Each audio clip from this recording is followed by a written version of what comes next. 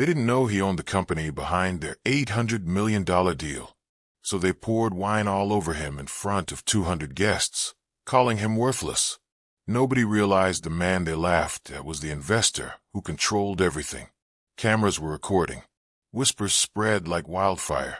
Something changed in his eyes as he walked out without saying a word, and the consequences started before they even knew what hit them. Before we go any further, we'd love for you to hit that subscribe button. Your support means everything to us and helps us bring you even more powerful stories. Now let's begin. You know that kind of night where everything looks perfect on the outside, but something nasty is hiding underneath? That was the night Jamal Rivers walked into the Hilton Grand Ballroom. He wore a clean navy suit, fresh haircut, simple watch, nothing fancy. The kind of look that rich people ignored because it didn't scream for attention. He liked it that way. Let them guess. Crystal chandeliers hung over white tablecloths. A string quartet played something soft that nobody really paid attention to. Expensive perfume mixed with the smell of steak and wine. Everyone had their phones out. Nobody wanted to miss proof they'd been in the room. On every screen, one logo kept appearing. Hale Quantum Systems. Their huge $800 million deal with the mystery investor was all anyone talked about. The staff whispered about it in the hallways. The guests bragged like they personally made it happen. Jamal moved through the crowd slowly, hands in his pockets, eyes watching faces. Security had already stopped him once at the door. The guard had looked him up and down and asked, "You with the catering staff, sir?" Jamal had smiled and shown his black invitation card with the silver seal. The guard had stepped aside, looking embarrassed, but still, inside, the same energy followed him. Two women in sparkly dresses glanced at him, then moved their purses to the other arm like he might bump into them. A man in a tuxedo cut in front of him at the bar and said, "Staff goes first, right?" With a little laugh, Jamal simply moved to the side and ordered water. No need to explain himself. If tonight went the way he planned, explanations wouldn't be needed. At the far end of the room, cameras pointed toward the stage as the host tapped the microphone. His voice echoed over the quiet chatter. "Ladies and gentlemen, welcome to the Hale Quantum Systems Gala." Heads turned. Applause rose like a rehearsed reaction. Jamal stayed near a column, close enough to see, far enough to stay invisible. The host smiled too wide. "Tonight, we celebrate a historic partnership. $800 million. A contract that will change the city, the market, maybe the world." You could feel the greed in the room getting thicker. Then she appeared. Vanessa Hale, the CEO's wife, glided onto the stage in a gold dress that caught every bit of light. She waved like royalty, lips painted in perfect red. Beside her stood her husband, Richard Hale, the face of the company, suit pressed sharp. Everyone watched them. Everyone except the man who owned the company waiting to sign that deal. Jamal. Whispers started before Jamal even moved. People noticed him from the corners of their eyes, nudging each other like he'd wandered in through the service entrance. A server passed with a tray of wine, and one guest leaned toward her friend. "I swear that guy keeps showing up where he shouldn't be. Maybe he's staff trying to blend in." The friend laughed quietly. "Nice suit, though." Jamal ignored it. He moved through the crowd, hands relaxed, steps steady. The carpet felt soft under his shoes, thick enough to swallow the noise. He watched the stage from a distance, eyes calm, jaw set.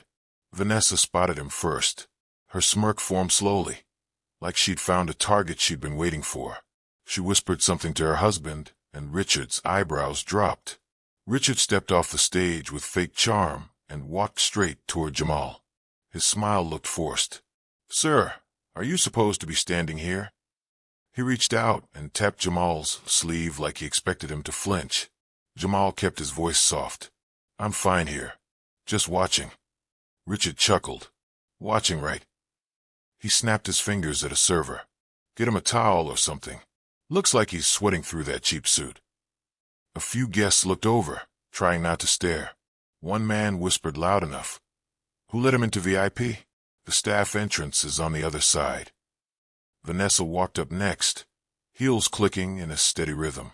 She picked up a glass of red wine from a passing tray without even looking at the server. She looked Jamal up and down. "You know, sweetie, if you needed work tonight, you could have signed up. Pretending to be a guest isn't the move." Jamal said nothing. His calm bothered them more. Vanessa stepped closer, raising the wine slowly. "Go take this to table 3. They're waiting." She pushed it toward his chest. When he didn't grab it, her smile disappeared. "Seriously? Do your job." Richard grabbed the glass from her hand. "Allow me." He lifted it high, eyes on the crowd. One less confused worker ruining the vibe. Then he tilted the glass forward, pouring the wine onto Jamal's suit. The splash hit warm and sharp. A few drops slid down Jamal's collar. Gasps cut through the room. Someone whispered, "Damn, he really did that." Another person raised their phone, recording. Vanessa laughed under her breath. Maybe now he knows where he stands. Jamal wiped his jaw with 2 fingers. Slow, controlled. He adjusted his sleeve, straightened his posture, and walked toward the exit without a single word. A server whispered as he passed. That man walked out like he owned the place. Nobody believed it. Yet, the hallway outside the ballroom felt cooler, almost silent after the noise he left behind. Jamal moved with steady steps, fingertips brushing the edge of his jacket where the wine stuck in a dark stain. He breathed out once, quiet and controlled, then reached into his pocket and pulled out his phone. The screen lit his face with a soft glow. He tapped one number. A voice answered quickly. "Ready for instructions, sir." Jamal kept his voice low. "Pull the offer. Lock every channel. Announce it now." "Understood." He ended the call without emotion. A couple waited near the elevator, watching him like they recognized him from somewhere they couldn't place. The woman whispered, "That's the guy they soaked." He didn't even react. The man shook his head slowly. Rich folks never expect quiet ones to bite back. Jamal pressed the elevator button and gave them a simple nod. Nothing more. While he went down, he loosened his tie slightly. The faint smell of wine stayed in the fabric. The elevator ride hummed with soft music, the kind that faded into the walls. Jamal's reflection stared back at him, steady eyes, calm face. He checked a second message. The legal team already confirmed action.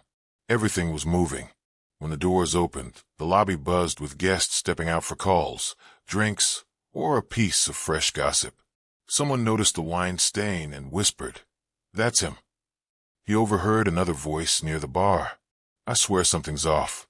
You don't walk like that unless you're somebody." Jamal moved past them without slowing down. Outside, the night air carried a bit of cold, enough to sharpen his thoughts. A valet rushed forward, but Jamal lifted a hand gently.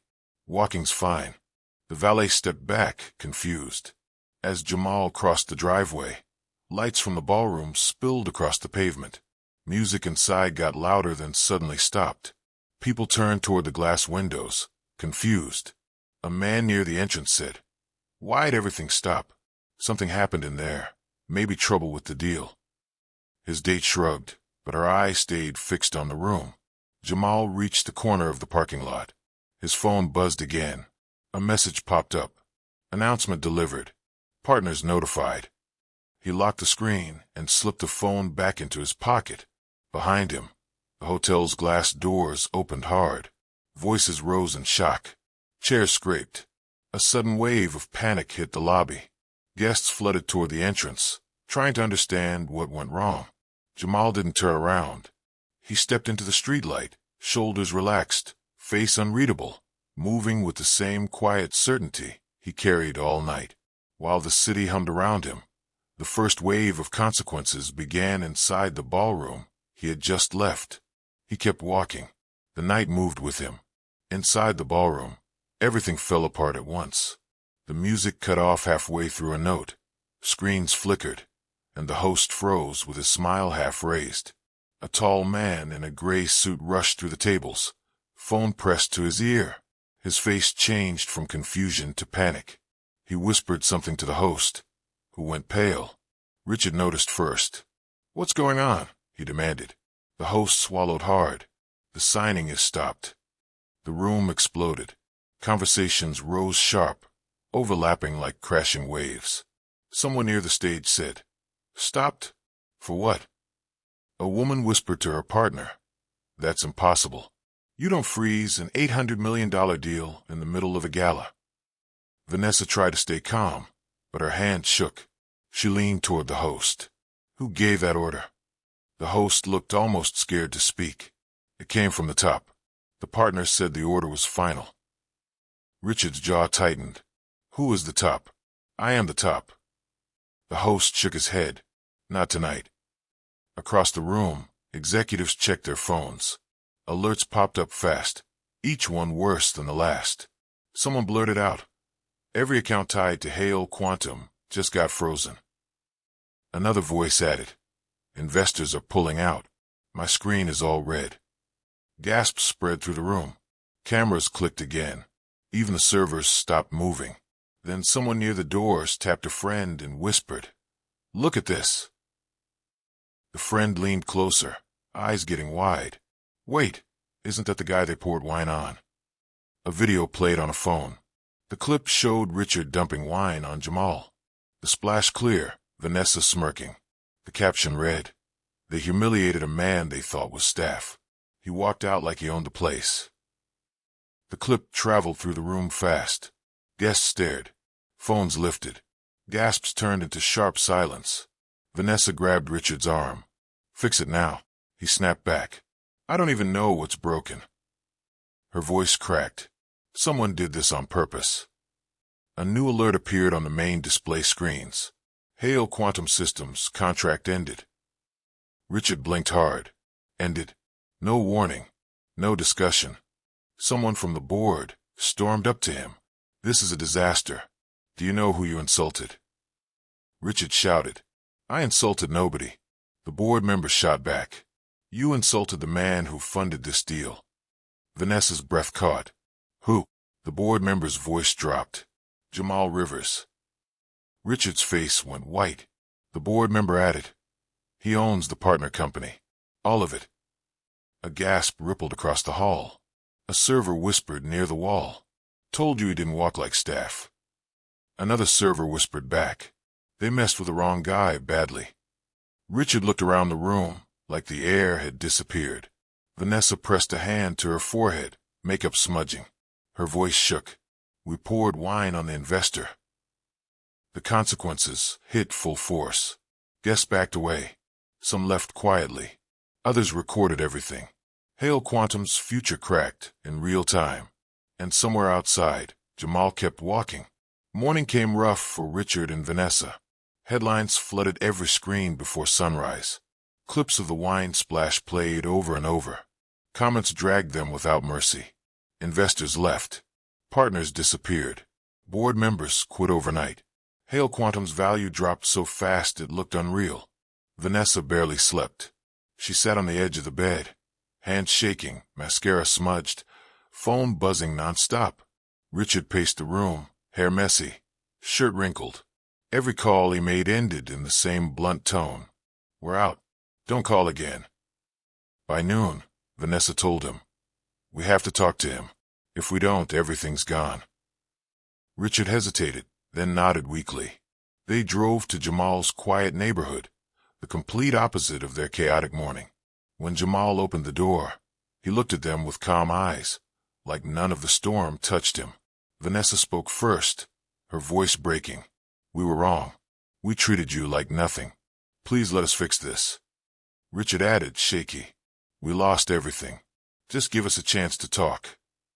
Jamal stepped aside but didn't invite them in. He kept his tone soft but firm. "You didn't lose everything today. You lost it the second you decided people's worth came from your comfort." They stayed silent. He continued, "You built a world where you believed disrespect had no cost. Now you're seeing the price." Vanessa wiped her face, whispering, "We didn't know who you were."